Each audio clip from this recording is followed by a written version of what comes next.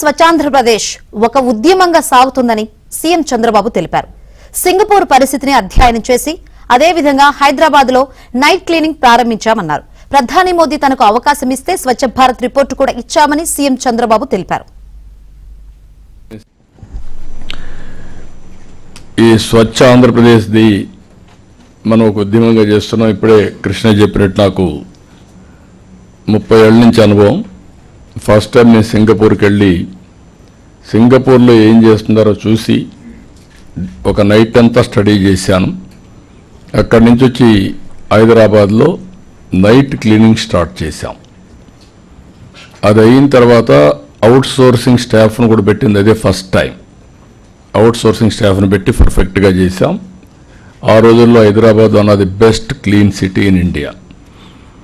అది అయిన తర్వాత మనం క్లీన్ అండ్ గ్రీన్ ప్రోగ్రాం పెట్టి రెగ్యులర్గా చేశాం. పచ్చదనం, పరిశుభ్రం, ఈ కార్యక్రమాలన్నీ పెట్టి చేశాం. తర్వాత స్వచ్ఛ భారత్ రిపోర్ట్ కూడా నేనే ఇచ్చాను. ఆ రోజు ఆనరబుల్ ప్రైమ్ మినిస్టర్ అవకాశం నాకు ఇచ్చాడు.